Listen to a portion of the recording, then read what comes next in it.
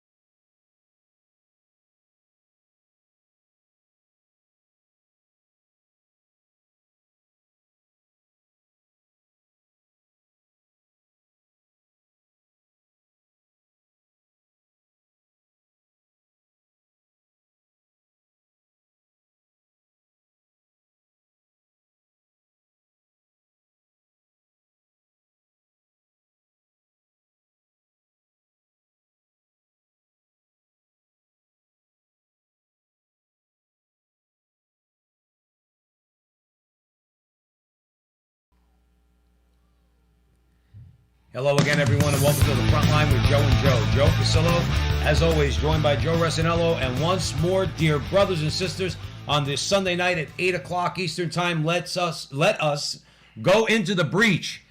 And if there was ever a conversation that we'd want you to share with your friends or in groups or whatever the case might be, we are here tonight to give you, we're going to talk about a bunch of things, but the primary focus of this talk that we're going to have tonight is resisting evil, and some comments that were recently made by the Pope reminding us of the need to resist evil, okay? And basically how that, what is the best way for us to resist evil right now is to fight against all the things that the left is trying to ram down our throats. And right now, right in your face, front and center, is the Equality Act. The Equality Act has to go down. It is not the Equality Act. It is the Christian Persecution Act, okay? Or even to get more specific, it is if you're against gay marriage and men going into little girls' locker rooms, we're coming after you act. It has nothing to do with equality. And it's a big story, and it's got a lot of facets. There's a lot of nefarious players involved, and we're going to have to talk about that. And we're also we're gonna break that down, and a couple other stories that we have. We're gonna, if we have time at the end, fighting against, as we always have to, this idea and this leftist construct and how they toss around the word race, which is really getting thoroughly annoying, and we need to resist that also, and we need to resist the hypocrites and those who employ double standards, namely in this case Neera Tanden, okay, who should be undoubtedly rejected for the head of the OMB, which she was nominated for by Biden. That woman is vicious. She is not our friend. She's not a moderate, okay? And yeah, she said, if Trump is you're supposed to go after Trump for saying nasty things, this woman outdoes Trump. And I'm not even kidding in terms of the sheer number of nasty tweets that she's put out. She crushes Trump. So these are all things we have to talk about, central to which is the Equality Act. But we want to start first with the Pope and his spot-on comments as far as we're concerned. So I'm going to hand it over to Joe, and we're going to get into it. Yeah, as Joe said, the Pope lays it down. He says the Christian life is a battle against the spirit of evil. This is what he said. He said, like Jesus was tempted by Satan in the desert, Christians must be prepared to battle evil, knowing with faith, prayer, and penance, the victory is assured, Pope Francis said in his weekly Angelus address. The Pope went on to say, during these 40 days, which take place immediately after Christ's baptism, the duel between Jesus and the devil begins, which will end with the Passion and Cross. Christ entered ministry in a struggle against the evil one in its many manifestations, healing from illnesses, exorcising the possessed, forgiving sins, a fight. Now pay attention to this. This is very important. He said, Lent shows us that Jesus willingly faced the tempter and defeated him. And at the same time, it reminds us that the devil is granted the possibility of acting on us too with his temptations.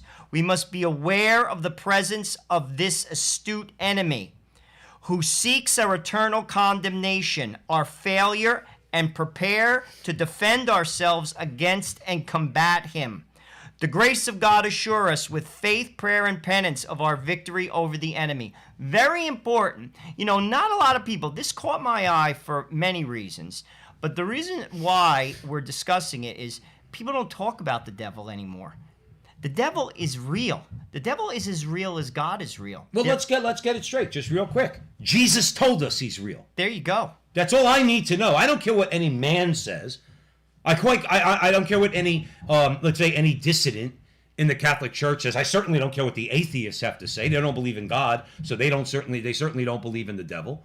Okay, Jesus says the devil exists. Okay, he calls the devil and Satan the father of lies and the murderer from the beginning. Ergo, because the truth itself, Jesus, told us he exists, we know the devil exists. Oh, it's a given. And to be honest with you, the devil's smart, and the devil is cunning, and he knows our weaknesses. Trust me, he's smarter than you and I, and he knows how to get at us. And the Pope is saying this very clearly. We have to be aware of him. But here's the good news. If you're in a state of grace, if you're close to Christ, if you're close to the Blessed Mother, the devil can do nothing with you. It's when you are proud that you think that you could stand in front of the devil and the evils of this world on your own strength and merit when you fall into trouble. Why do you think we've had so much trouble fighting this culture war? Why do you think we've had so much trouble and have lost in our political battles and our cultural battles? Because men, particularly in America, think that they could fight these things without God. Now, I'm not saying they don't believe in God. I'm not judging them in that way. But I do judge the action of saying, well, we could deal with this. Well, okay, you may or may not be successful, okay? But if you want a permanent victory, a lasting victory over this evil, you must invoke God first. I mean, what Jonathan put up on our for the thumbnail tonight, I think that was the Battle of Lepanto. Do you think that those men outnumbered 3-1, if that was Lepanto, but let's use Lepanto as an example? Do you think those men outnumbered 3-1 could have beaten back the Ottoman Turks at the Battle of Lepanto if they had not beforehand gone to confession and prayed the rosary and received Jesus in the Eucharist? They were toast. A superior military force by 3-1. And they saved Europe. They saved Europe. Don John of Austria, under his leadership, saved Europe. Okay? Why do we think that we could fight this battle without God? Why do we think in our mind that we could fight, let's say, Joe and I were talking about Republicans, okay, before the show. Republicans wouldn't necessarily like our message either, because although we identify the same problems that not all, but many Republicans do, they're going to look for a humanist political solution to our problems, whereas we will too, but we're going to invoke God first. We're going to ask God for the wisdom of the Holy Spirit first. That's how you resist evil. I can't fight against the devil. Who the hell am I? The devil's very smart. Very like I smart. said, he knows. You see, this is the thing. He knows your weaknesses. We all have them too. Don't think we don't. No matter who you are, and the devil creeps in. And he gets in there little by little, and then it just opens and it opens and it opens. That is very key. To know that you can fall. Listen, St. Peter denied Christ. They saw his miracles. Don't think that you can't. Don't think you're going to stand in front of this evil on your own strength. Not going to happen. And it is evil. And it is powerful. You see, this is serious stuff. You know what I'm saying? That's going on right now. Especially, it's actually global. It's not just in America. Right. So, well, yeah. I mean, this whole. I mean, we're going to get into the Equality Act. This whole gender ideology, LGBT agenda. We're not talking about the individual people, okay, who we are supposed to pray for and we're supposed to show love and compassion to, as the good Lord shows that to us. He shows compassion and pity towards us. We're not talking about the individual people. We're talking about, again, St. Paul's letter to the Ephesians, chapter 6, spiritual wickedness in high places. This Equality Act and the resistance to it that we're called for by the Pope, who's saying to resist evil, okay? This is real. It's really bad.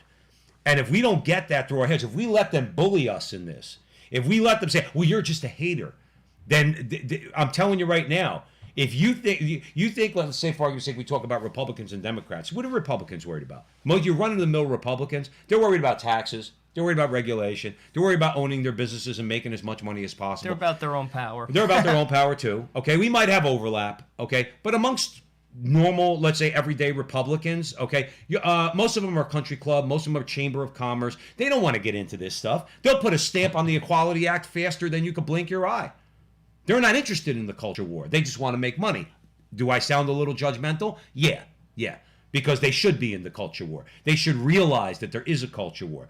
But my point is that if we don't open our eyes and bring God into this equation, we're toast. And this Equality Act needs to go down in flames. It needs to be sent back to hell where it was conceived, because this is an evil, evil document. So Pope Francis is right. Joe and I, listen, we certainly, there's a lot of people that think that Pope Francis has said some things where we go, really, Papa? This time, though, got to give credit where it's due. He has been spot on.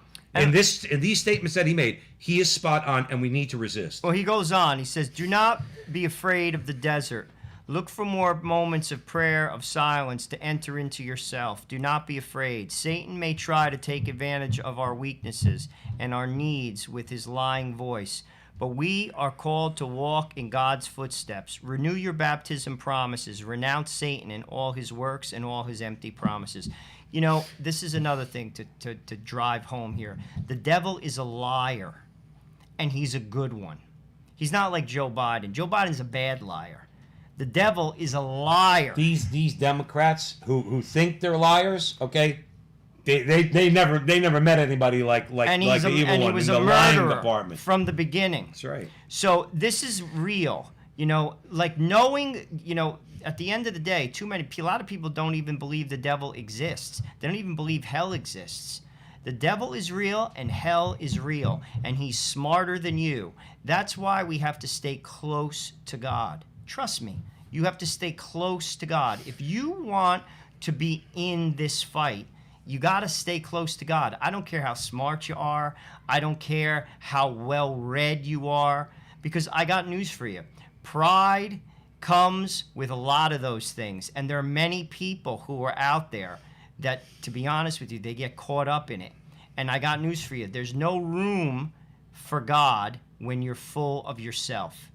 That's why we got to stay close to God, know that the devil is real, know that the enemy is after you. He knows your weaknesses, but if we're in a state of grace, living a sacramental life, praying the rosary every day, we have nothing to fear.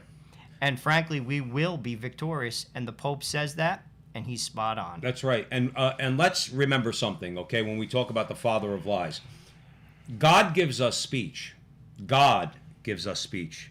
The ability to communicate with one another. The ability to communicate truth to one another, okay? So the evil one who detests the truth because he detests Christ, so he can't stand the truth. He's trying like hell, literally, to put the kibosh on the truth and our ability to communicate truth to one another. Not a truth, the truth, okay? Holy Faith Media has been permanently banned on Facebook. Jonathan, if I can get a little sentimental for a moment, Jonathan, who was doing his thing a couple years ago when he stumbled upon Joe and Joe, decided to get behind us.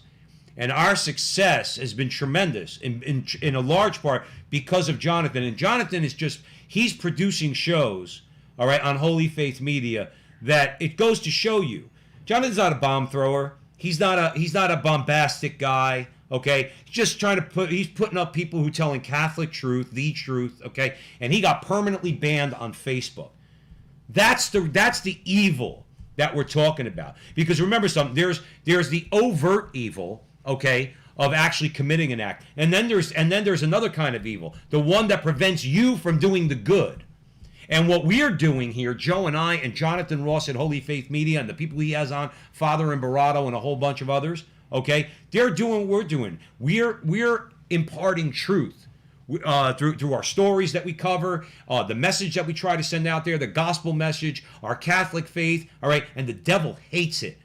And this guy, this good guy, Jonathan Ross, and I mean good in the true and authentic sense, got permanently banned on Facebook. We need to find alternative social media now. I've been putting it off. I've been like exploring it a little by little. This week I'm going to get together with Jonathan, and we need to get on other sites. Like, I mean, we might already be there. I don't know, but I have to figure it out where we start getting rid of Facebook and then subsequently YouTube and start to build our audiences on other platforms, because that again is evil. To prevent the truth from being spread is also an evil act, and that's what the devil is trying to do with his control of social media and so many all the ways we communicate, whether it's media, whether it's Hollywood, whether it's music, whatever the case might be. So it's sad. But we have to resist that evil too. Let's get to the Equality Act. This is going to be the crux of our conversation today. I think it's very important. We have to basically break down what is in the act, because it passed the House this past Thursday, and I don't know if a lot of people actually know what's in it. It's very important because sadly a lot of times these type of things get lost in the ether, particularly because the media doesn't talk about the meat and potatoes of actually the language of the act itself, because frankly I don't think the American people are for what it actually stands for. I actually think the name of the act is very deceiving. It makes you think, like, how could you not be for it? Mm-hmm. The Equality Act. We're all for equality. For all people are equal as basically we're all children of God, to be honest with you. Didn't they do the same thing? Now again, there's not a comment on the act itself, but they did the same thing back after 9/11 with the Patriot Act. Nobody read the Patriot Act. They went by the name. Oh, how could you be against the Patriot Act? You know who was against it? People like Rand Paul, people like his father, Ron Paul, because they actually read it. And they saw some of the rights that we were called to give up in that act, and nobody dared speak against it because it's the Patriot Act. And that's what so as Joe says, the name of this act is not only pretty deceiving, it's really deceiving.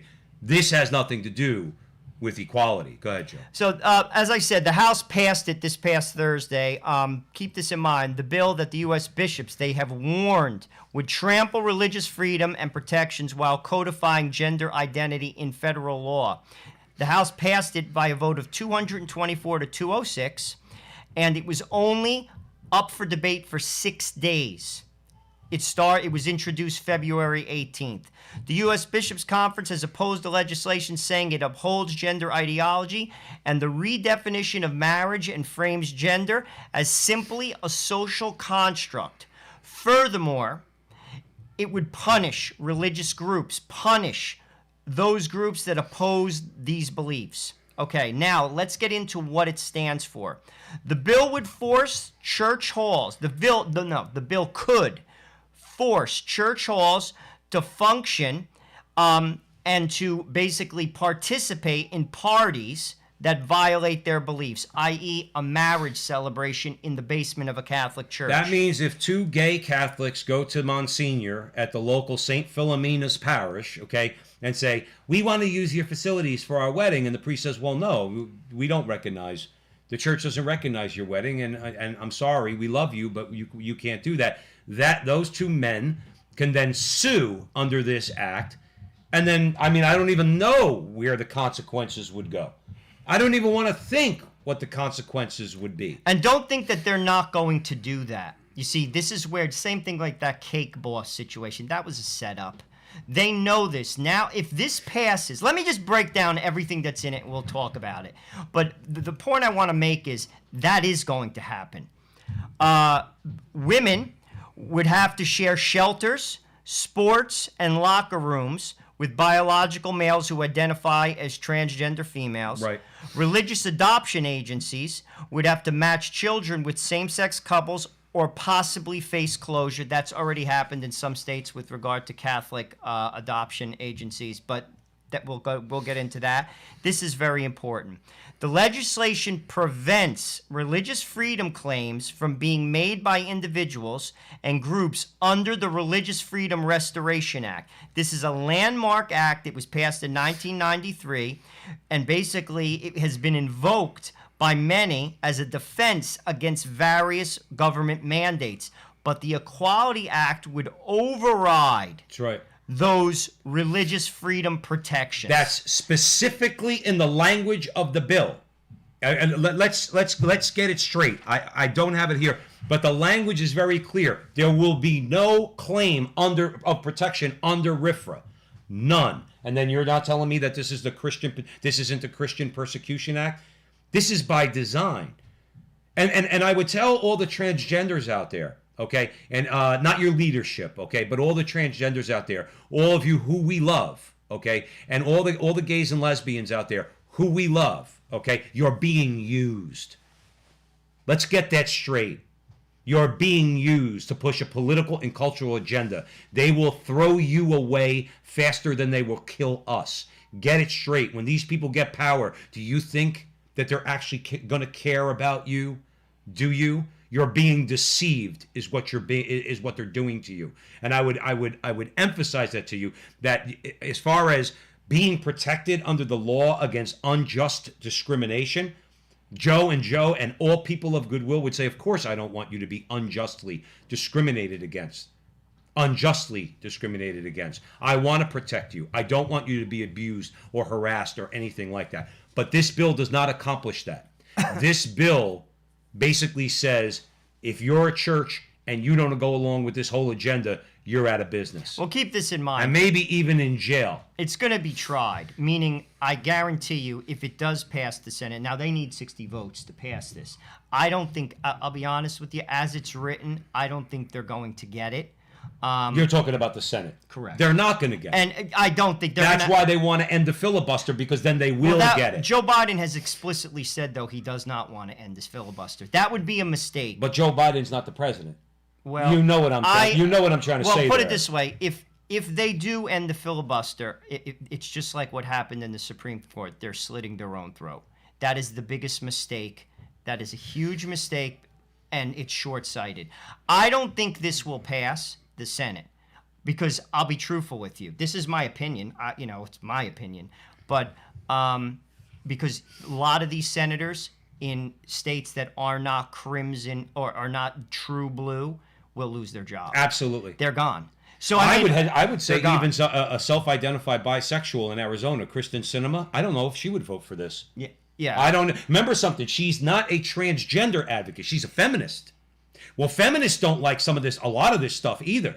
You think a feminist wants to allow an 18-year-old male senior at let's say, for argument's sake, Union High School, okay, into a locker room with a 14-year-old freshman?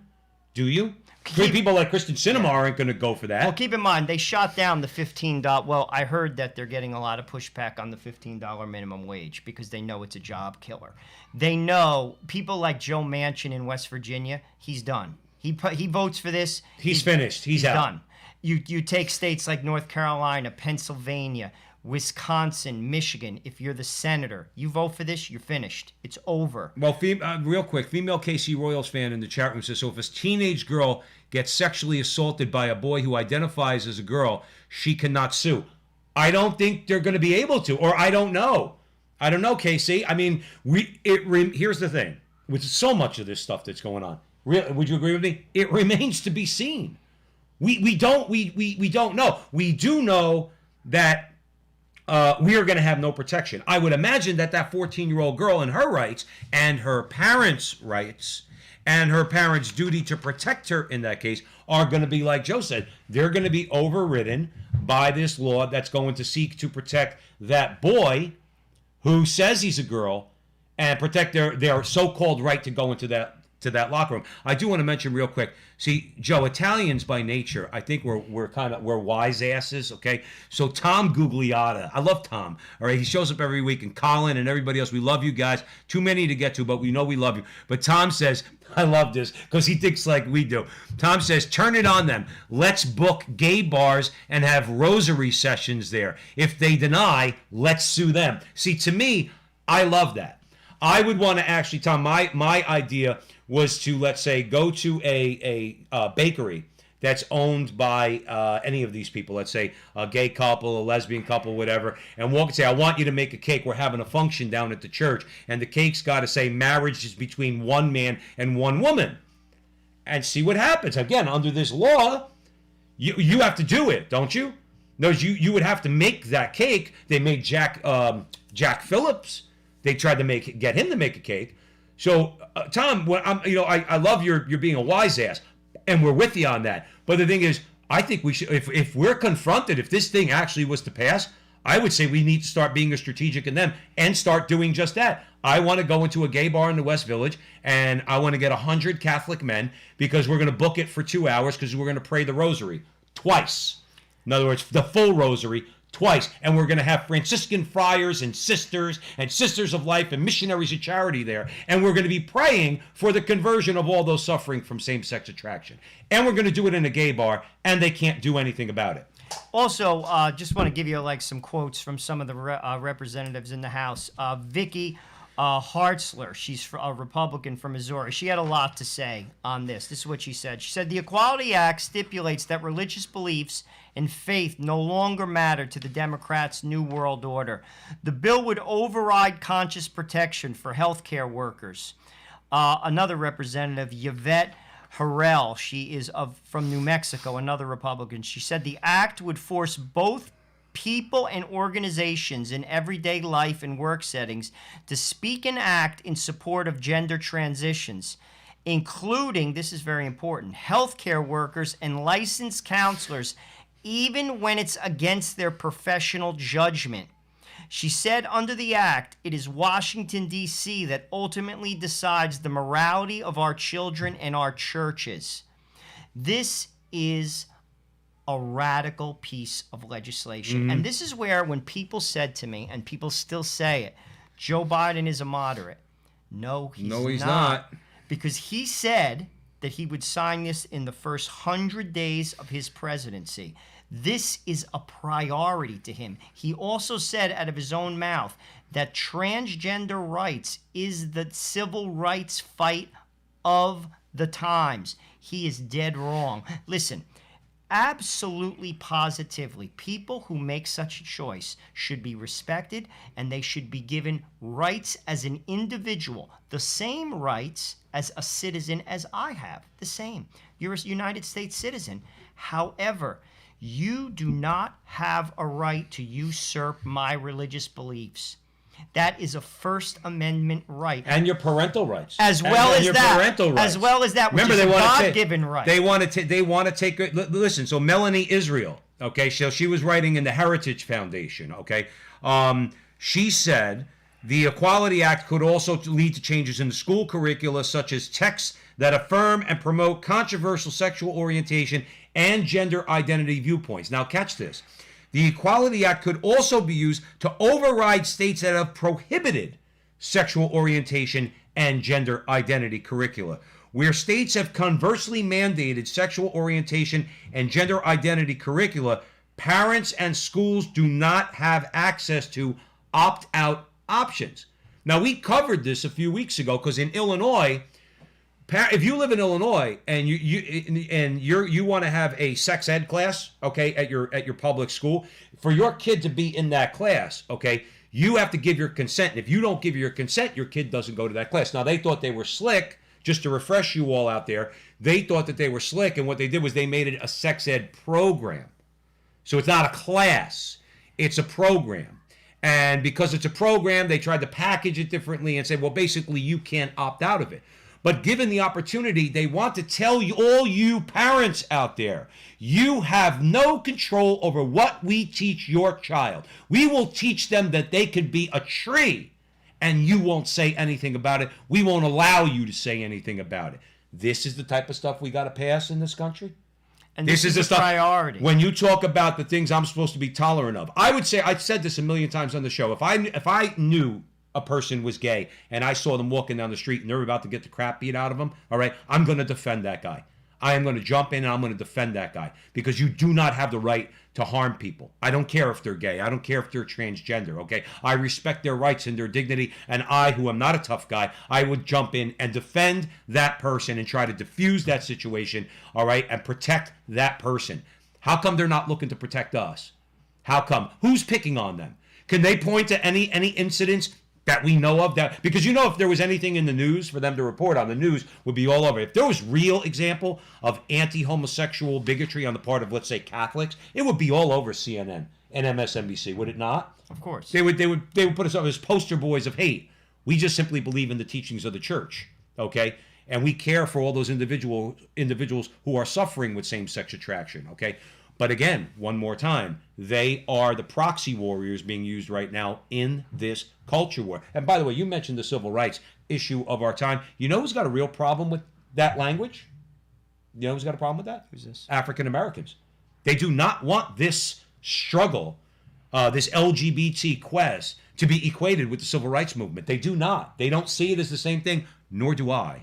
Well, also, Bill Donahue, this is someone we talk about a lot on this show. He is the president of the Catholic League in the U.S., for those of our international viewers who don't know who he is. He basically said the Equality Act would promote the most comprehensive assault on Christianity ever written into law in the United States of America.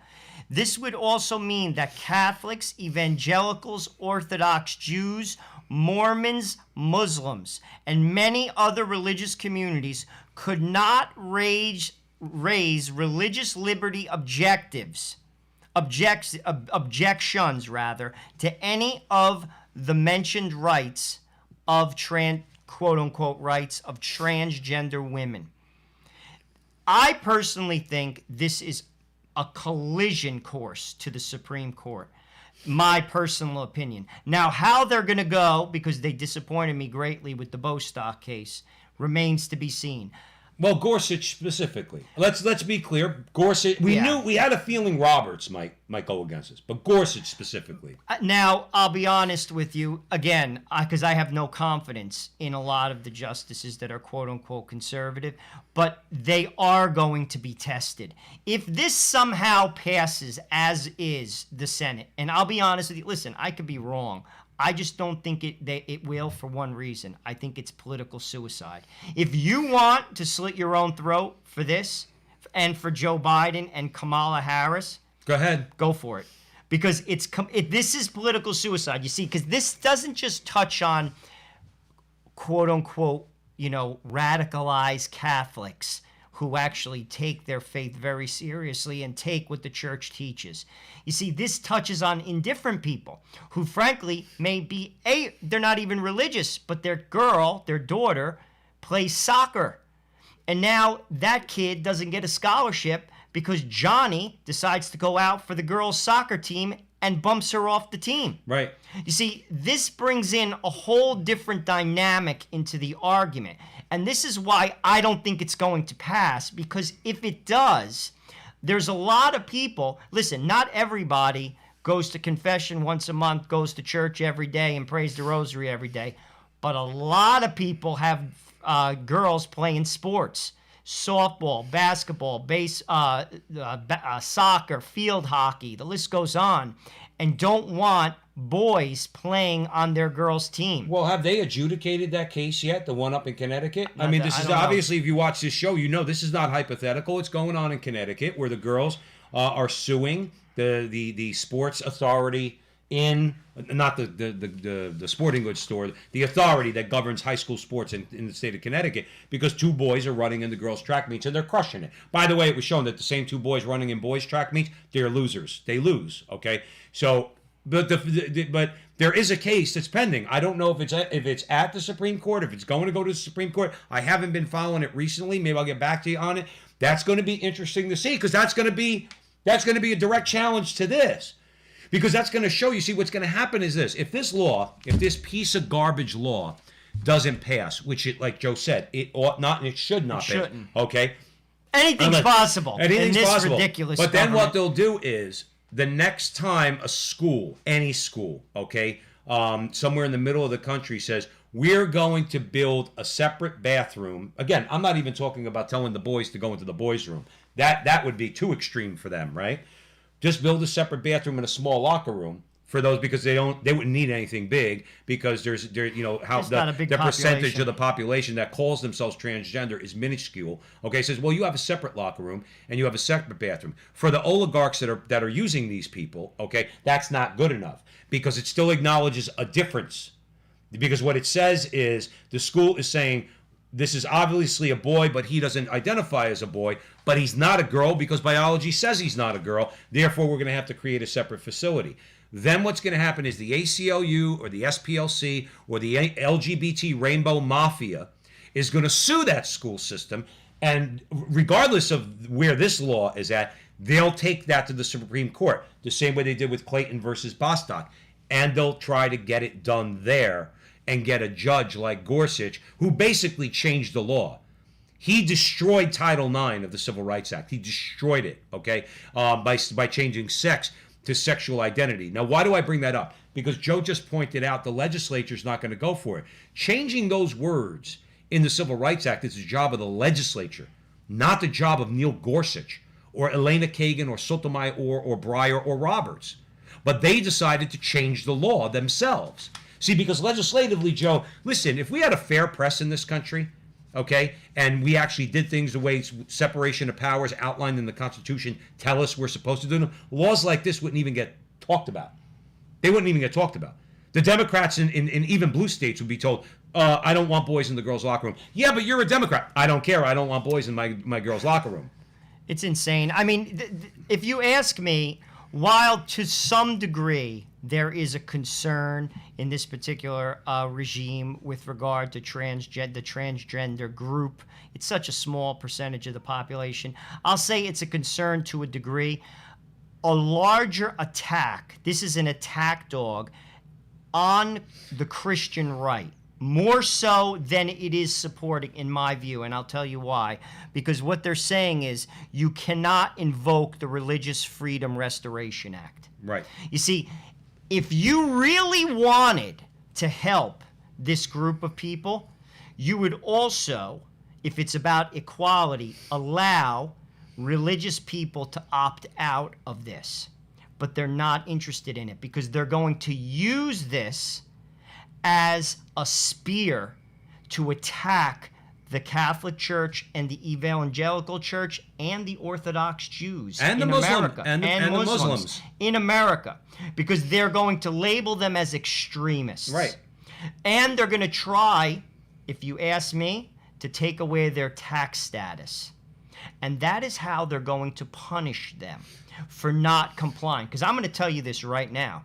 You go into an Orthodox Jewish temple in Brooklyn, two gay guys, and demand to use their hall, they're not only going to say no, they will physically throw them out headlong into the street. I will say those Jews are going to kick your ass. There's no even doubt in my mind about that. We interviewed Rabbi Yehuda Levin. Okay, this was a few months ago, okay? Now, he's old. He's old. He's in his 70s. He's in his 70s, okay? He'd kick some butt if you try to walk into where he is and say, we're going to rent your hall for a same-sex wedding. And they'll go to jail. Yes, they don't care. And you know, and here's another thing. And there are Catholics that would too. There's no question in my mind. No question. But I'm just using them as an example. You go into an Orthodox Jewish temple and you try to do this. Same thing with a Muslim synagogue. You go to an Orthodox Muslim temple, whatever. I don't even know what they mosque. I'm sorry. They're not having it. The optics of arresting, forget about the Catholics because they don't care about us, but pulling out Muslims and pulling out Orthodox Jews in handcuffs because they won't stand for this in very liberal cities like Chicago, LA, and New York. That's a global optic that doesn't look good. No. But this is the spear that they're going to use to try to take away our tax status, in my view, and then confiscate our property. Yeah. Don't think that that's not in the formula, because it is. Because if it wasn't, you would keep that Restoration Act in place. They are not, as much as they say they're interested in the rights of transgender individuals, and they are to a degree, they're also interested in coming after the quote-unquote Christian right, shutting them down, shutting down their facilities, taking away their tax status, taking away their property. Don't think they're not. They would love it. And remember... And this is the instrument that they can do it with. No, absolutely. I do want to say that KV Viv is in the chat room. She said, maybe the homeless can identify as a politician and sit in session. I want to piggyback off of that, KV. Maybe the homeless can identify as rich people and go and take over their and go into the landlord and try to get a $10,000 a month condo or apartment. We could have a lot of fun with that, KV. See, when laws like this pass, we troublemakers, and we are certainly troublemakers at the front line with Joe and Joe, and that includes all you guys out there too. I'm going to start identifying as anything that's going to cause trouble. Their worst nightmare, Joe Resino, I always think this, their worst nightmare is if I ever become financially independent. Let's say I hit the lottery and it didn't matter because I moved all my assets into my wife's name, so they could arrest me, they could do whatever they want to me. I'll say, I have nothing. What are you going to sue me for, right? Because I would pretend to be anything that's going to take a case to court and demand that they respect me for it. So you want to know what I want to do? I want to do the same thing in terms of let's say any female organization. I want to say that I'm a female. You know what? I want to join NARAL. I want to identify as a pro-life female, and I want to join NARAL. And you cannot discriminate against me under this law. And I want to go there and object at every meeting. Me, and I'm not going to dress differently. I'm not going to dress differently like Rachel Levine, Gus Levine, right? The transgender from Pennsylvania. I call him Gus. He looks like a Gus to me. I know it's Richard, but he looks like a Gus. I wouldn't even dress. I would dress the way I am right now. My chest out, right, my bald head. I'd be like, no, I feel like a woman today. Come on, let's talk. In other words, I would be the biggest troublemaker there is. And if I had money and I didn't have to worry about losing my job, forget it. I'd become their worst nightmare. My only hope after that is Joe gets financially independent and he comes and does the same thing with me. Because we'd have and we're going to get Viv and we're going to KV and Tom Gugliotta in the chat room to come with us. And we'll go out there, we'll wreak havoc. Well, Congresswoman Representative Hartzler, again from Missouri, this is what she said. She talked about a story from Ohio where parents lost the custody of their daughter for several years ago because they opposed her desire to transition to become a male.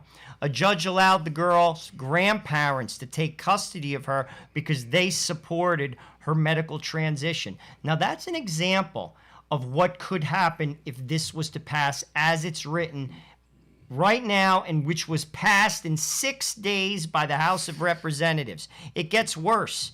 Faith-based schools could thus face federal sanctions, Catholic schools, for upholding the teachings of mainstream biology, the Bible, modern genetics, and Genesis when it comes to marriage and sex. Under the Act, children are also likely to learn any attempt to protect unborn human life is now considered a discriminatory act. Think about that. Pregnancy discrimination, I think they're calling it. Because they're putting it under the umbrella of medicine and health. So abortion, which has nothing to do with medicine and has certainly nothing to do with health, okay, now get thrown into that mix. And yes, if you do not offer abortion services, I use their words, I think it's just, you know us, it's flat out murder, but in their words, abortion services, if you'd say a doctor, let's say, or a midwife, because in New York you could be a midwife, I think. You don't have to be a doctor to perform an abortion. He says, I don't want to do that. I don't perform abortions. They're going to say, well, that's pregnancy discrimination, and you could be in trouble. So you either perform that abortion or you're going to jail. Why, Joe, let me ask you a question. This is why we Catholics need to read the Bible more. We need to read the Bible more because we see these characters recur throughout the Bible. We brought this up before on the show. Who was the king? What was his name? Do you remember? Herod. No, not Herod. It was the mother with the 7 sons in the Old Testament. At the end of the Old Testament, I don't know if it was in the book of Maccabees. I think it is. All right. Maccabees. So the mother with the 7 sons, who the king just basically wanted them to renounce God, and the way he wanted them to do it was it Cuomo?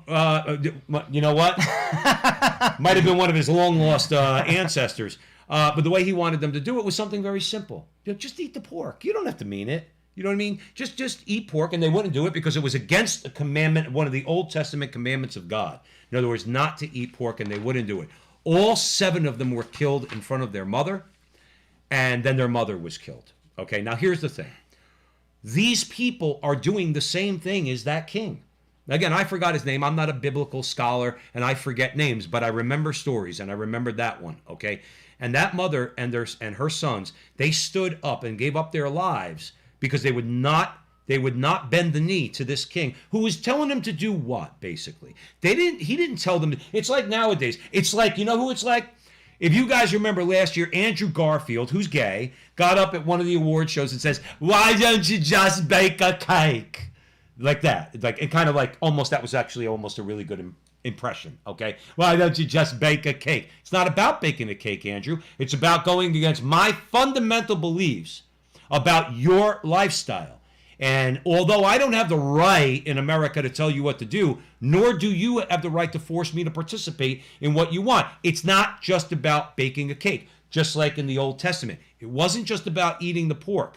I don't bend my knee to you. I bend my knee to Jesus Christ. Therefore, I'm not going to do what you tell me to do because it goes against my faith. I do not believe in it. And it would be affirming you in something I believe to be sinful, which is also sinful. Correct me if I'm wrong. Okay? So this has been going on for thousands of years. That's another reason, by the way, Joe, why they want to get rid of the Bible. Because I've always said the reason they don't like the Bible is because they're the bad guys in it. They identify with the bad guys, like this king who killed these 7 sons and their mother. So bottom line is this. Follow the Equality Act. Just to give you an update, it passed the House. It's now going to the Senate. We'll keep you updated. This is something that's very important if you are a person of faith, if you are a person who has a daughter that goes to public school, if you're a person that has daughters that play sports. And to be honest with you, this, if you ask me, is very, very, very, very dangerous. Mm-hmm. Dangerous, and if you ask me, harmful to our society. And this is why Joe Biden's regime is not a centralist regime. No. Anytime people say that, just point to this act. He said this from day one. I will sign this into law in my first 100 days of office. This is not the Keystone Pipeline. While I disagree with him on that particular move, because it puts a lot of people out, and if you notice, gasoline prices is up 60 cents a gallon in New Jersey, and it's only the beginning. But I digress. This is a radical leftist agenda that doesn't just affect people of faith. Keep this in mind. This affects people who have daughters, people who send their kids to public school, which is the majority of Americans. This cannot and should not be accepted. People have to raise their voice. People have to be informed. People have to vote properly. This is a priority. Yep. Sorry. Yeah, I just want to end with one thing that I did highlight that because I thought it was a good quote because to me we always strive to be fair. I'm not interested in America. I'm more interested in trying to convert people individually if God gives me the ability to do so and the opportunity to do so. Same with Joe, okay? But we still fight in the political arena and the cultural arena, okay? But rather than trying to find compromise for what could be, I think anybody would agree that a lot of people in the gay community are unnecessarily harassed, okay, in ways, and we don't want to see that either, okay. So this was just real quick, and then we'll move on, okay. I'm sorry, guys, I lost. Oh, Ryan Anderson, I apologize.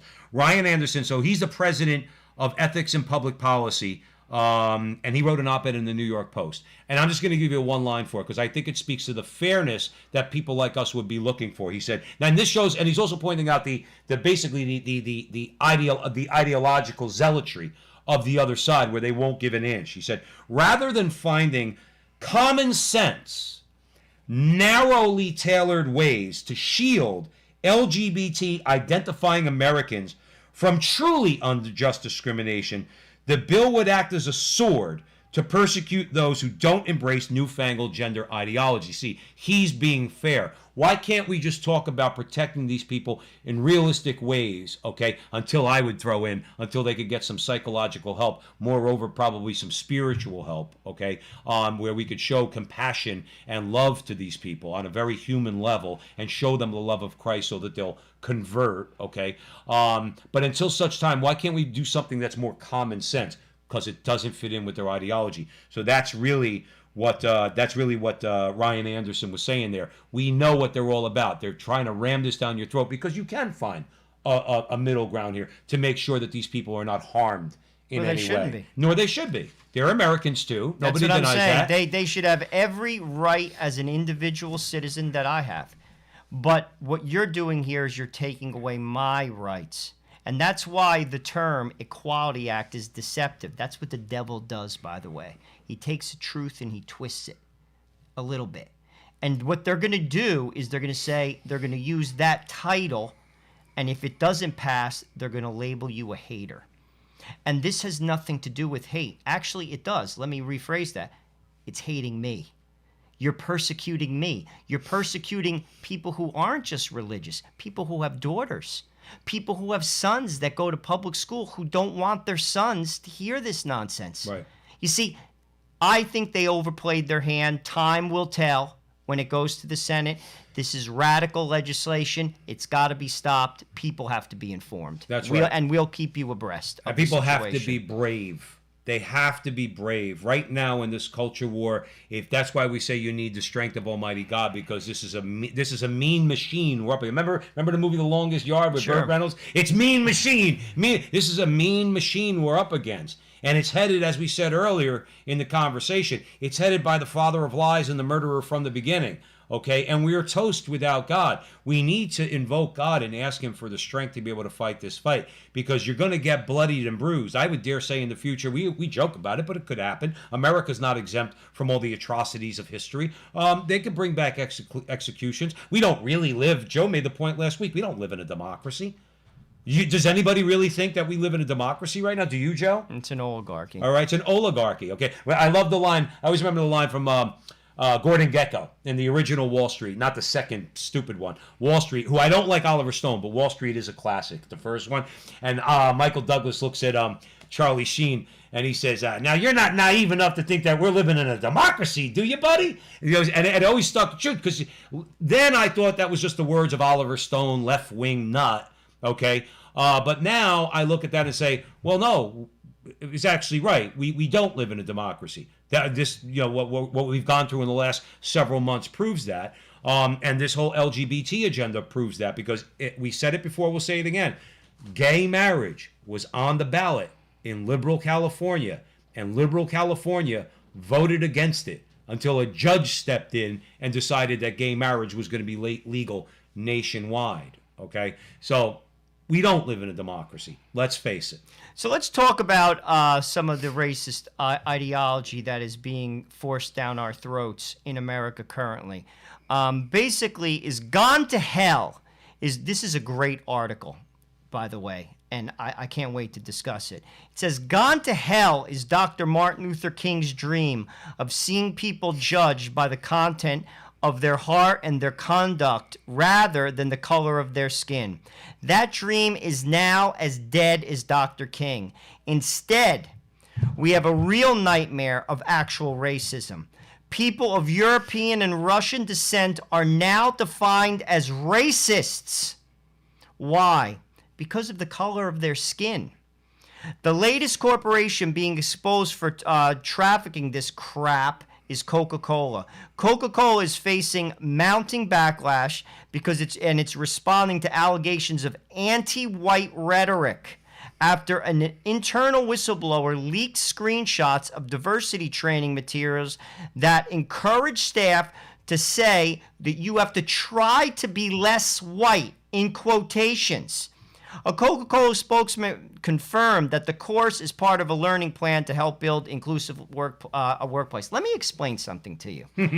So you know you're in trouble when Joe Resinello prefaces a statement by saying, let me explain something to you. I do not know how anybody could look another person in the face without knowing them, without seeing any bad behavior, and simply because you are white, say you have to try to be less white. What does that mean? This has nothing to do with what Dr. Martin Luther King fought for. Let me just say that first and foremost. Dr. Martin Luther King was a man of God. Dr. Martin Luther King would not support this. Let me say that again. He would not support this, and I do not know how anyone can. You cannot look a person in the face who happened to be from Europe, European descent, whether you're Spanish, whether you're Portuguese, whether you're Greek, whether you're wherever, Italian, and say, just because who you are, you're a racist. Sorry, doesn't work that way. And I'll be honest with you, I was talking to my wife about this, who happens to be black. I don't know how lawyers allow someone to do that in a corporate setting, because what if you did this? What if I stood up in the middle of that meeting and said, who the hell do you think you are calling me a racist? Who the hell do you think you are?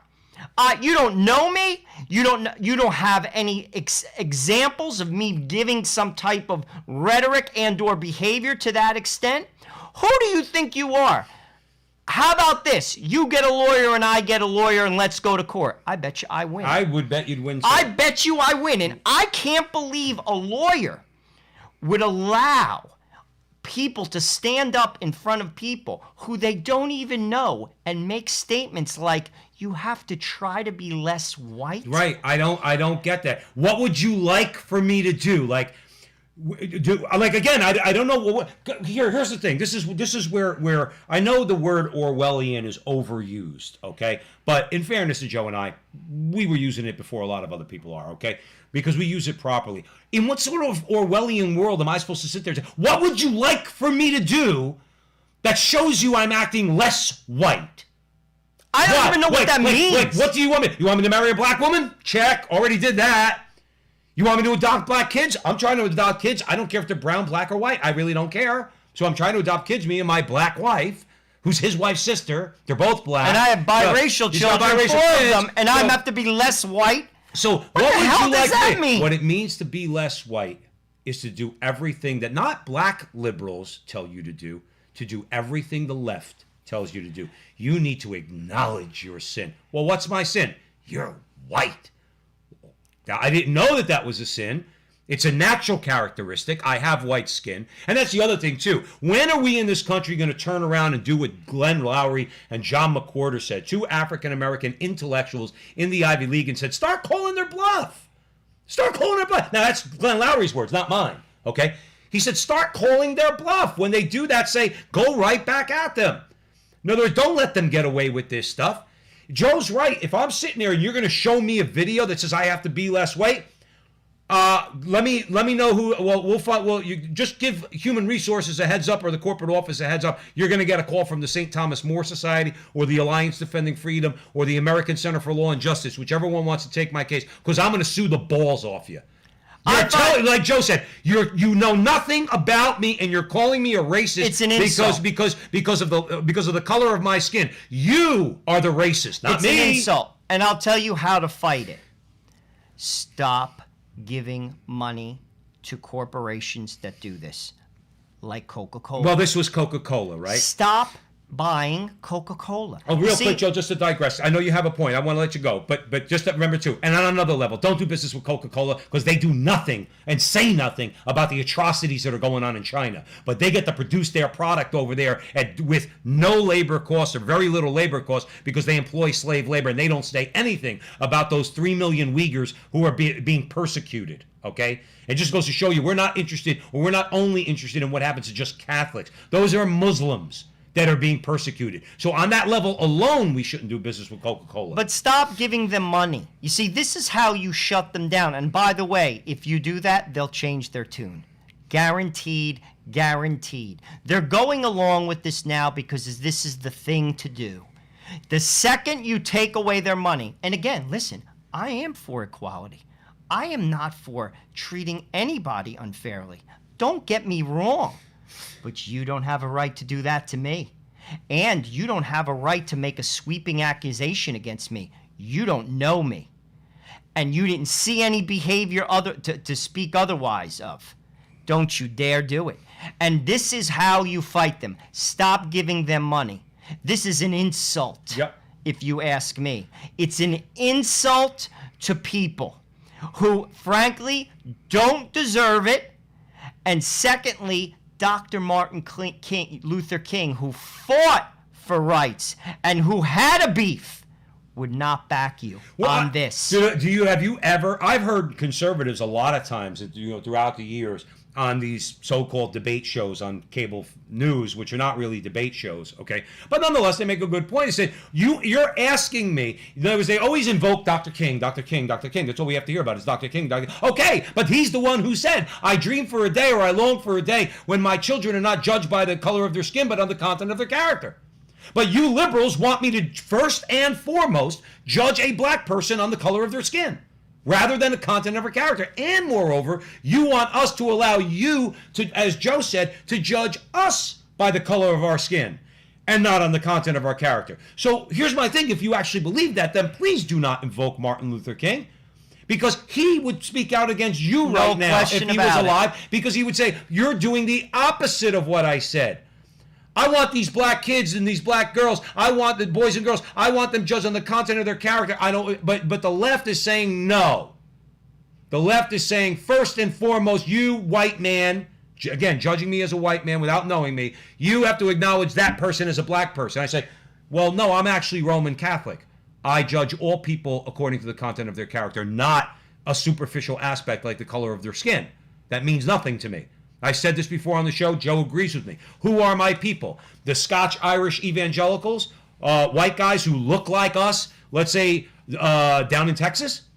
Or the black Catholics who I met at a parish in Alexandria, Virginia 3 years ago when my wife and I were down there to see some friends, and on Sunday morning we woke up and we went to Mass in what turned out to be a predominantly black Catholic parish.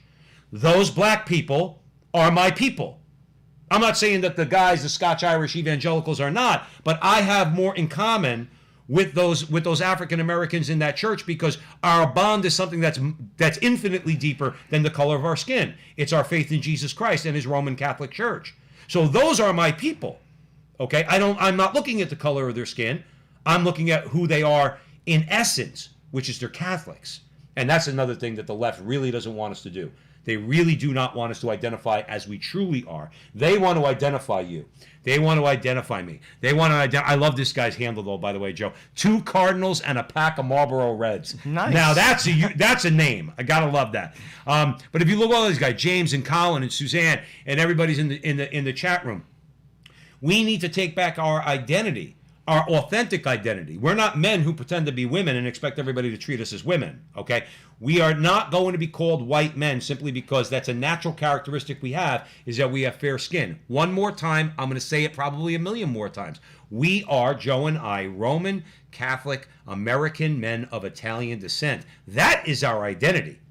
That's our identity. Not this. Not this. It's got nothing to do with it. But the racists on the left, they make sure that's all you see. And Suzanne Rocha in the chat room said boycotts work. They do. Yes. You see, this is where that's how you and I fight back. You stop giving them money. And trust me, they'll change their tune fast because they worship money. Trust me on that. Money is by far above any quote-unquote woke activist movement that they're embracing at the time.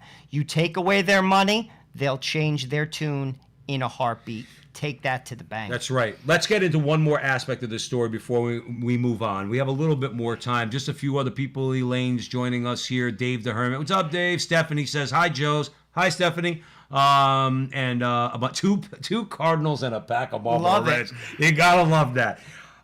Let's just bring this very quickly before we move on to Commissar Biden, okay? Because he ain't going to get called president, not on this show, okay? So this was Larry Johnson actually wrote this article in Gateway Pundit, okay? So Larry Johnson points out, he says, this is not the worst of it, okay? If you are military, especially former military or law enforcement, you too are racist and must be eliminated. Joe Biden minced no words on this subject when he blurted this out at a CNN town hall. Now you gotta catch this stuff, man. Okay? Quote, and you see what's happening. Of course, I'm a fairly articulate guy. Joe Biden will be mumbling these words, so you get this is not an impersonation. Quote, and you see what's happening, and the studies that are beginning to be done, I'd love to know what studies this guy's talking about, okay? maybe at your university as well, about the impact of former military, former police officers on the growth of white supremacy in some of these groups, Biden said. But remember something, all you good people out there. He's the unifier. He's going to bring us all together, and he's going to heal us. He's going to heal. I can't even believe it. I knew that would get a chuckle out of Joe. I can't even, like I said, I can't even believe it. And if I'll be honest with you, all people of goodwill should be insulted, because I am by it. Absolutely. Deeply insulted. And how we fight against it, stop giving money to corporations that do this. We have one last story. And it's, by the way, it's very easy. Joe and I, one thing we're going to try to do moving forward as we grow, hopefully down the road, we have a lot of really good ideas. Because we want to be, we want everybody to obviously join us at the show. We love doing commentary. We love engaging with you guys. But we also want to be informative. One of the things I'd like to do down the road as the show grows and as we develop is to be able to provide on a website form, format, a list. In other words, and it's available. You could get them, okay? Where you could get a list of companies not to do business with. And also a list of companies that we as Catholics can, in good conscience, do business with, okay? That's something I'm really going to try to do, all right? And we're both going to try to do. This way we could say to people, hey, look, Wendy's doesn't support, let's just say, Wendy's doesn't support this nonsense. Burger King does, McDonald's does, but Wendy's, they're okay. And you know what? Wendy's sales will go up, and McDonald's and Burger King will go down. And that's how you move the dial. Trust me on that. That is how you move the dial. Money. I said to my father That's years ago, I got into an argument with my father. This is years ago, God rest his soul. And my father, I had an argument. I was younger and stupider. Not that I'm not stupid, but I was stupider, okay? My father would always say the same thing. That's why I never argue with Joe when he says that, because I know now that he says what my father used to say. My father used to say, why do you always look for motives when it comes to people? Why don't you just accept the fact the majority of the time they're motivated by money? And I would argue and say, yeah, but they're already rich. Why would they do that? What could they possibly get? And he looked at me and goes, Joey, they're motivated by money. Get it through your head. It doesn't matter how rich they are. They want more. And I learned over the years, and my brother here always says it, okay? He's right. My father was right, and Joe's absolutely spot on, okay? It really does. It really does move the dial. A boycott, let's say, of even 5%. Trust me. All right. If their shares go down 5% or their earnings per share go down 5%, you think the board of directors are going to be jumping for joy over the wokeness of their CEO? No. Because I work on Wall Street. I work with people like that. I know how they tick. They care about money. That is what drives them. You don't invite an alligator in your house and tell them not to eat the kids. The alligator instinctively eats the kids. That's how these titans of business operate. They're driven by money. You take the money away, you change their tune. And to be honest with you, shame on us. Shame on us for going along. They laugh at us. I got news for you. They slap us in the face, and then we allow them to do it again by patronizing their businesses. We stop patronizing their businesses, they change their tune. That goes for Hollywood. Oh, yeah. That goes for banking. That goes for buying merchandise. You basically send the message. And this is where, I'll be honest with you, the church has to get more involved. Really has to step up. Because you have to say, listen, you're at war with us. Don't you realize that, guys? This is not about playing nice. They hate you. And they're coming to hurt you. You have to defend yourself. That's how you do it. You have to call a spade and basically draw the line in the sand and basically be like, clearly they're not working with us, nor will they. No. Do you get it? Joe Biden is not going to work with you. The only thing can happen to Joe Biden is, and we should pray for this, okay? Even though it would be really, really bad if Kamala was actually considered, notice I used the word, considered the president. The only hope for Biden is they actually do, the powers that be actually do remove him from office. Okay, I'm talking about for him personally, because that may give him time to reflect on his sin, on his supporting baby murder, on his supporting the perversion of marriage, on all of it, and perhaps repent. As long as he's president, though, all right, or considered to be president, he's not going to change. The only thing that could save his soul, it would be the best thing for him, is that they declare him incapacitated under the 25th Amendment and they remove him. That's the only thing that's going to save him. Can I tell you a quick little story? Sure. Now, some of you might know this, but I think it bears repeating, and I promise I'll be short because we got one more story we want to get to, okay? Did you ever hear the story of the scorpion and the frog? Mm-mm. Okay. Joe made a good point. Always have to acknowledge that there are certain things that corporations do. It's in their nature. Okay, as Joe said, and it's about money. Some of you might have heard the story, others might not have, but I'm going to make it quick. The frog is sitting on the riverbank, okay, and he's about to start hopping his way across the river to get to the other side. And along comes a scorpion who can't possibly get to the other side. The scorpion says to the frog, are you going to the other side? And he says, yeah. And the scorpion says, well, could you give me a ride because I can't get over? Can I jump on your back and you hop your way over and you give me a ride to the other side? And the frog says, I can't do that. And he says, the scorpion says, why not? He says, you're a scorpion. You're going to sting me. And you're going to sting me, and then we're going to drown in the middle of the river, and we're both going to die. I'm not going to. Come on, man. I'm not going to do that. And the scorpion says, I'm not going to sting you. Come on, it's not even in my interest to sting you. So, and the frog thinks about it. Says, okay, it's reasonable. All right, hop on. So the scorpion hops on the frog's back. Couple hops into the middle of the river. All of a sudden, the frog feels a sharp sting go right into his back. Okay, and the scorpion stung him. And as they're both drowning, the frog looks at the scorpion and he says, why did you do that?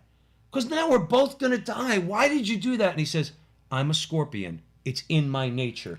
That's what I do.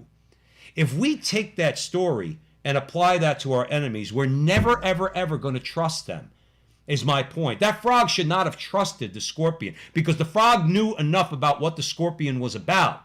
But because he wanted to, find a middle ground, said, well, that kind of makes sense. You don't want to kill yourself. These people don't care.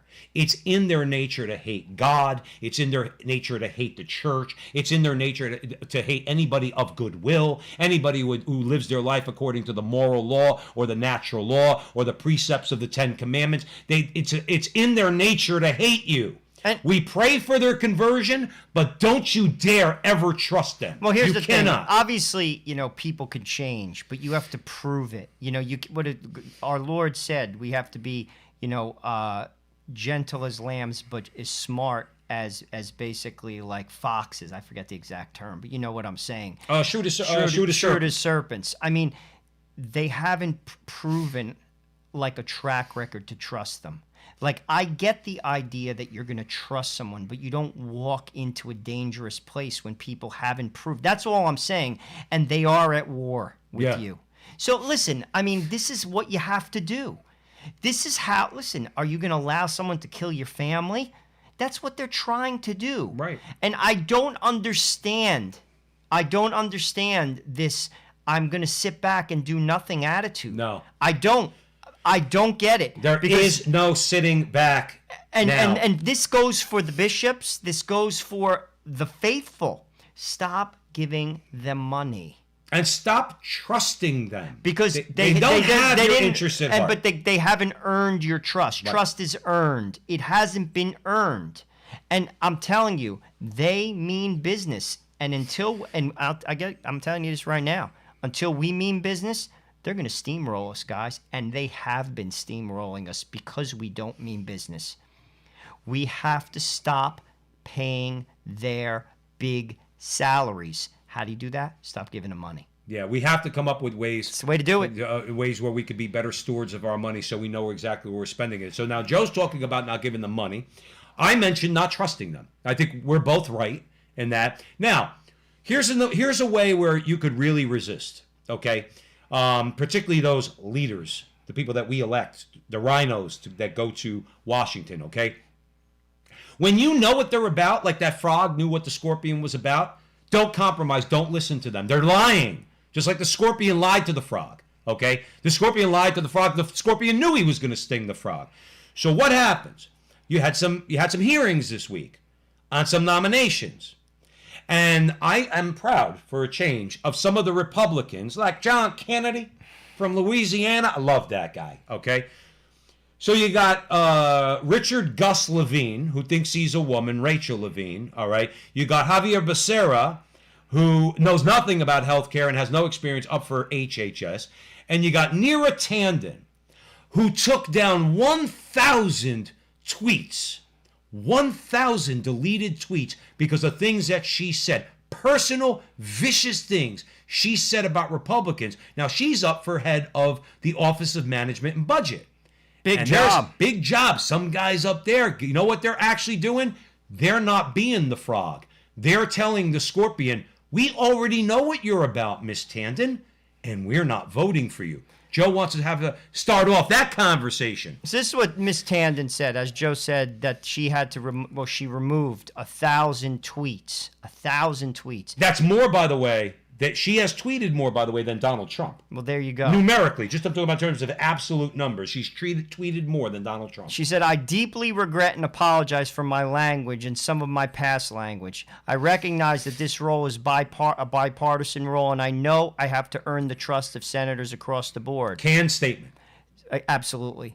Senator Rob Portman of Ohio, Republican, ran through some of her barbs for GOP senators now weighing her nominations. She wrote that Susan Collins, this is of Maine, is the worst. Tom Cotton is a fraud.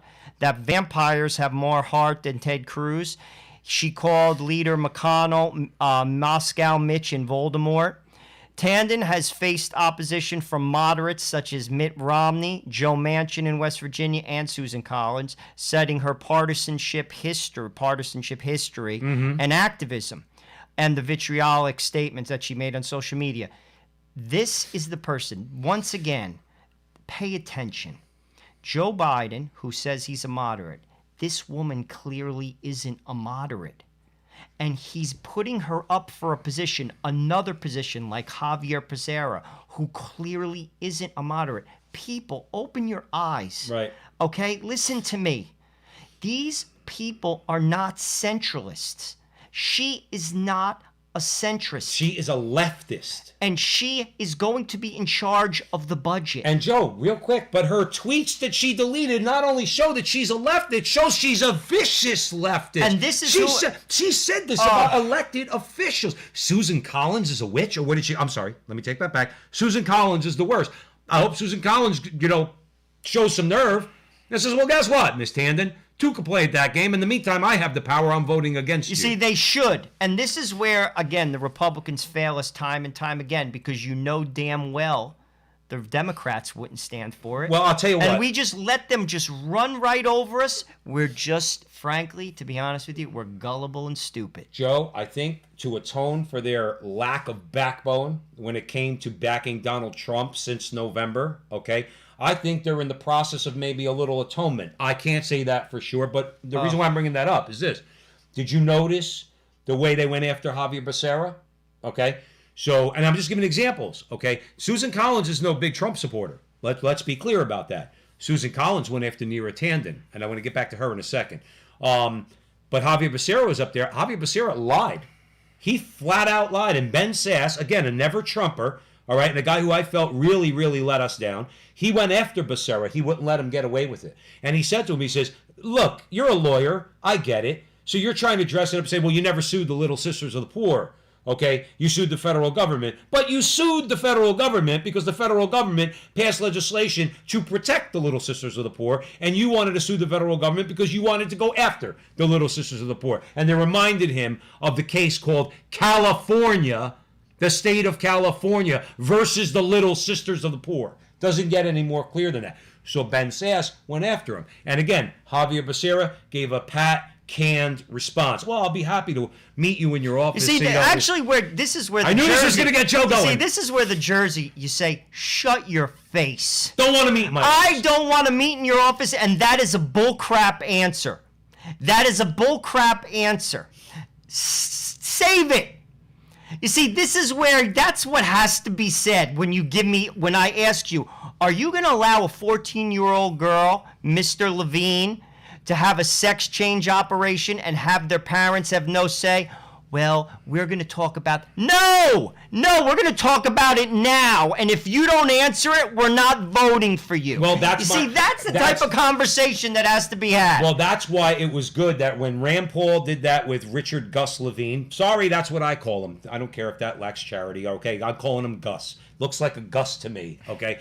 Rand Paul said, and Rand Paul basically read through a list. He goes, the WHO, no friend of ours, okay, has condemned genital mutilation, okay? The United Nations and several of its agencies has condemned genital mutilation. And he asked Gus Levine, are you in favor of genital mutilation for minors? All right? And just like this is what Gus said. Senator, I appreciate your question, and gender science is something that's very nuanced and ongoing. Wrong! I'm very happy to meet you in your office to discuss it. Now, real quick, but the kicker was, Rand Paul then said, and I thought this was the important part, said, I want it read, I'm glad this is on the record. See, again, being on the Senate record is an important thing. It's not an insignificant thing. That it's on the record. He said, let the record reflect that the nominee will not say whether or not I don't think he said he said she is against or opposed to genital mutilation. What did Gus Levine say? The same exact words. Go watch the video. Not now, after the Frontline with Joe and Joe. In other words, the same exact words. Senator, thank you for your question. And even though gender science is nuanced and ongoing, I'd be happy to... And the same freaking line. Now, why do I bring that up? Because I got to talk about our boy, John Kennedy. John Kennedy. Now, I'll get again. I'm not trying to just be cute, okay? He did something that you just talked about, okay? You said we got to get right in their face. Well, Ben Sass did. To his credit, we're going to give credit where it's due. Just like we started out this conversation giving our Pope credit for what we believe was a very needed statement about resisting evil, okay? And so we're going to give credit to even a never-Trumper like Ben Sass. Ben Sass let Javier Becerra, he let him have it. He really did, I will say. I'll watch the video. Rand Paul let Gus Levine have it, okay? And John Kennedy would not let Neera Tanden off the hook. He said, Miss Tanden, you called Senator Sanders everything except an ignorant slut. And, you said these mean things in your tweets. Did you mean them? And she kept going, Senator, I didn't ask you that. Did you mean them? And it went about 6 or 7 times where he would not let her go. And he kept saying, did you mean it? Forget about my impersonation. He said, did you mean it when you said it? And finally, at the end, before the end of her testimony, she goes, well, I guess I meant it. You see? Now, I'm telling you right now, the phones in her office were all going off because she was getting calls on the hotline from all her controllers saying, you don't dare stray from what we tell you to say. He got her to admit what she couldn't admit is that she meant every word of it when she said Cruz has no heart. Well, let's see what these idiots do when they vote. This is because this is the typical Republican deal. Then they'll vote for them. You see, because the Democrats won't. They're at war with you. You don't vote for them. You don't. And here's the thing. You make no bones about it. When they see you, they should be afraid of you. That's right. Because you have the truth on your side. They should be like, holy crap, here comes John Kennedy, and he is going to blast me. He is going to frigging bulldoze me in the corner and get in my grill. Because he can, because he has the truth. And that's exactly what you should do. No. Stop it. Stop with the canned bullcrap answer. Yes or no. And you keep saying that.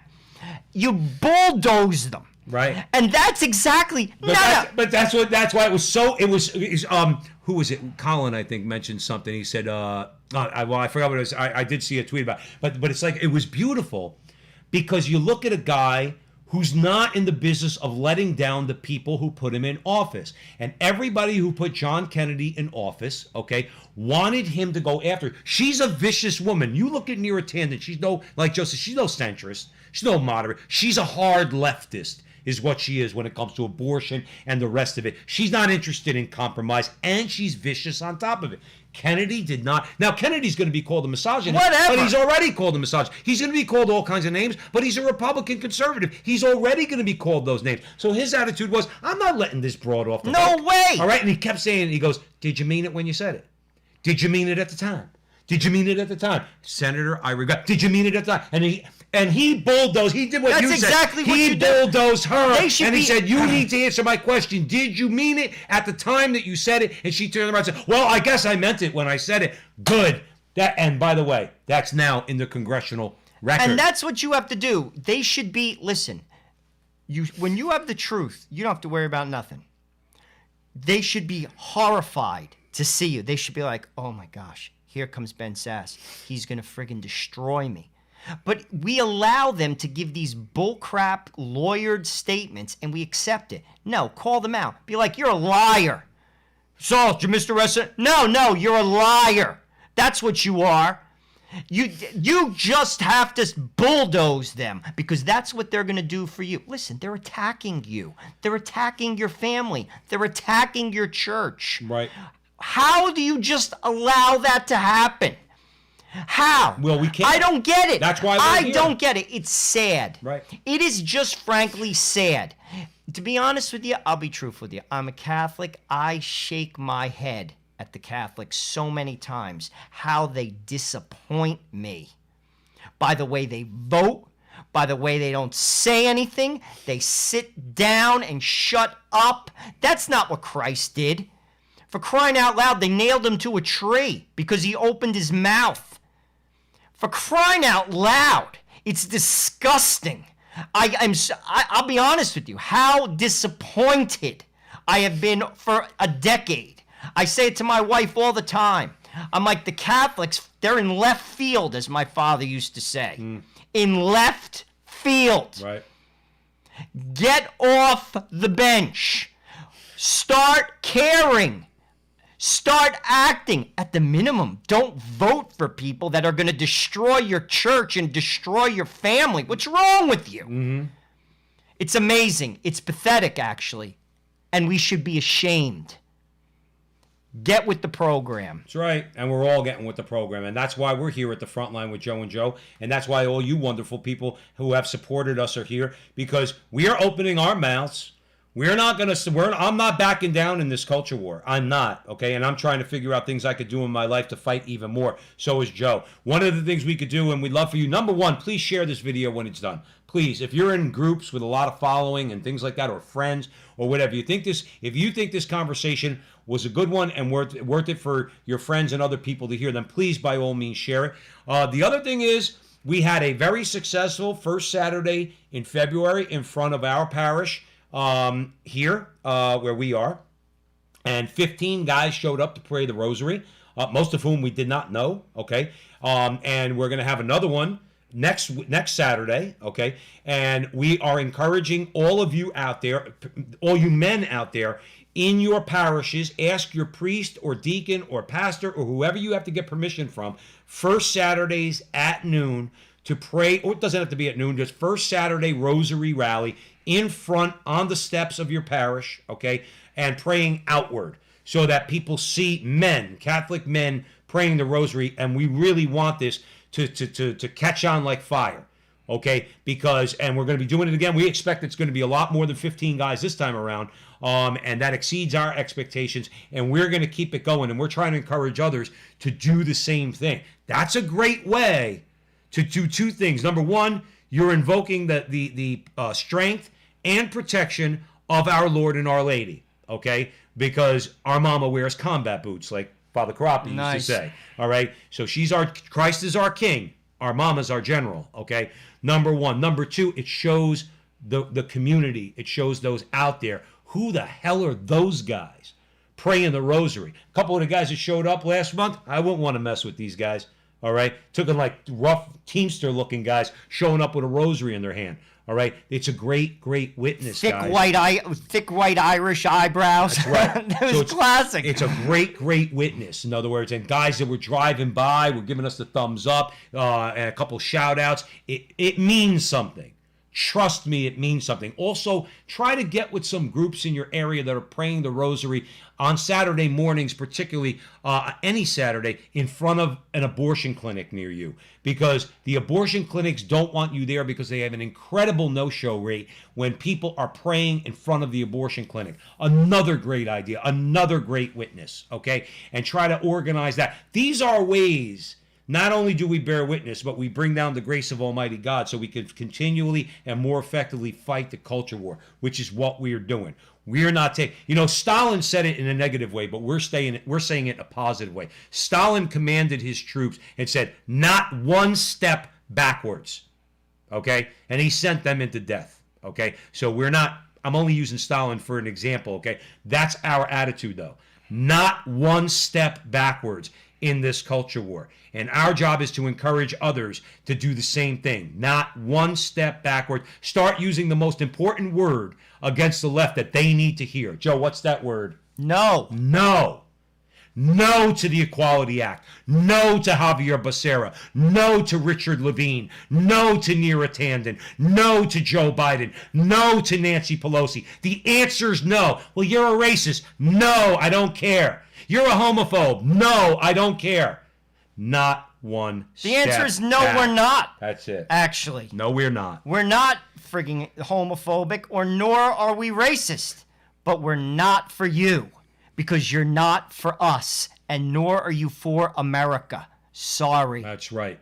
That's right. So thank you for joining us here at the Frontline with Joe and Joe. Joe Pasillo, Joe Resinello. Remember, Jonathan Ross, Holy Faith Media, got banned permanently from Facebook.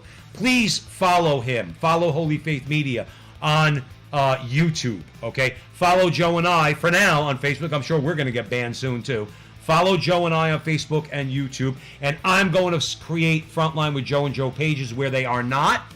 And I'm going to let you guys know about it so we can start posting videos and creating our communities on more friendly sites and platforms.